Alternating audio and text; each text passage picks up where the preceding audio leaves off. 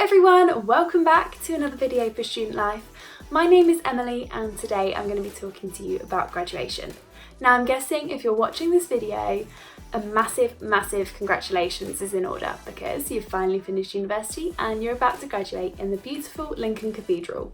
I'm so excited for my graduation. But before I can graduate, there are a few things that I need to do and I'm sure you need to do them as well. The first is you need to register for graduation. If you don't register, you can't actually go.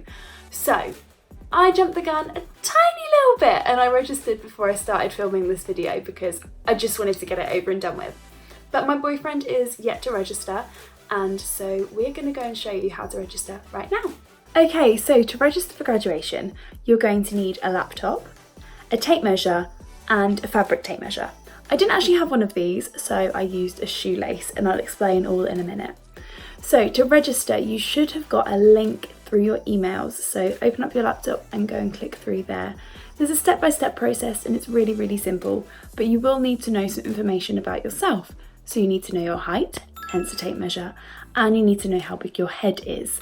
Hence the fabric tape measure that I didn't actually have.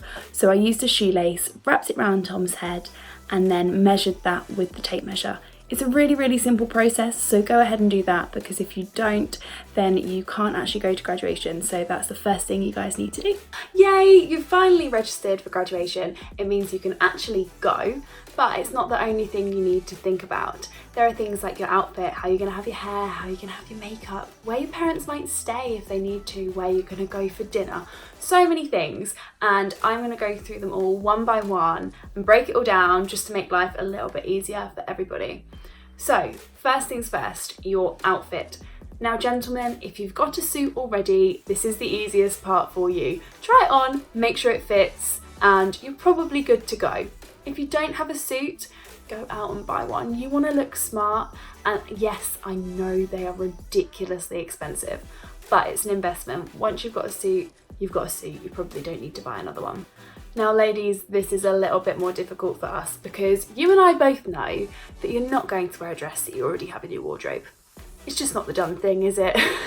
So start looking. Have a look online, have a look in clothes shops, have a look in little boutiques, in charity shops. I'm sure you'll find an absolute gem somewhere. Now I've been looking for months and I've not found anything that I absolutely love. But there's a few things that I definitely like, so I'm going to go ahead and I'm going to order them now and hope that I love them when they're on me. And if I don't, it's not the end of the world because I've still got a little while. Just make sure you're looking far enough in advance and you've got some options far enough in advance. So now we have registered and we've got our graduation outfit. Perfect. Let's talk about other things that we might need to book. The first being accommodation. Now I'm sure you noticed when you registered that everybody was allowed 2 tickets to graduation. So 2 tickets, that might be for your mum and your dad, your grandma and your granddad, your 2 best friends, whoever you want to come really. Everyone's allowed 2 and in the future there will be more being sold. But for the time being, you've got your 2, perfect. But you need to think about, do your family members or your friends, whoever's coming up to watch you graduate, do they need somewhere to stay? Now, my graduation is at 7:30 p.m. and by the time graduation was over and by the time my family would get home, it would be really late. So my family are going to be staying in Lincoln overnight. If your family are planning on doing that too, you're going to need to look at hotels as soon as possible. As it gets closer and closer to graduation, the hotels will get more and more expensive and likely to book up very quickly. So if you know you've got 2 people coming, book them a hotel if they need one as soon as possible. Another thing you might need to book is a table at a restaurant. If your family wants to take you out to congratulate you on graduating, you're probably going to need to book a restaurant because on graduation day, it's going to be very unlikely that you could just walk into a restaurant and get a table straight away. So if you know where you want to eat and what time you want to eat, book your restaurant as soon as possible. I know I always feel much better once I've had my hair cut and once I've had my nails done.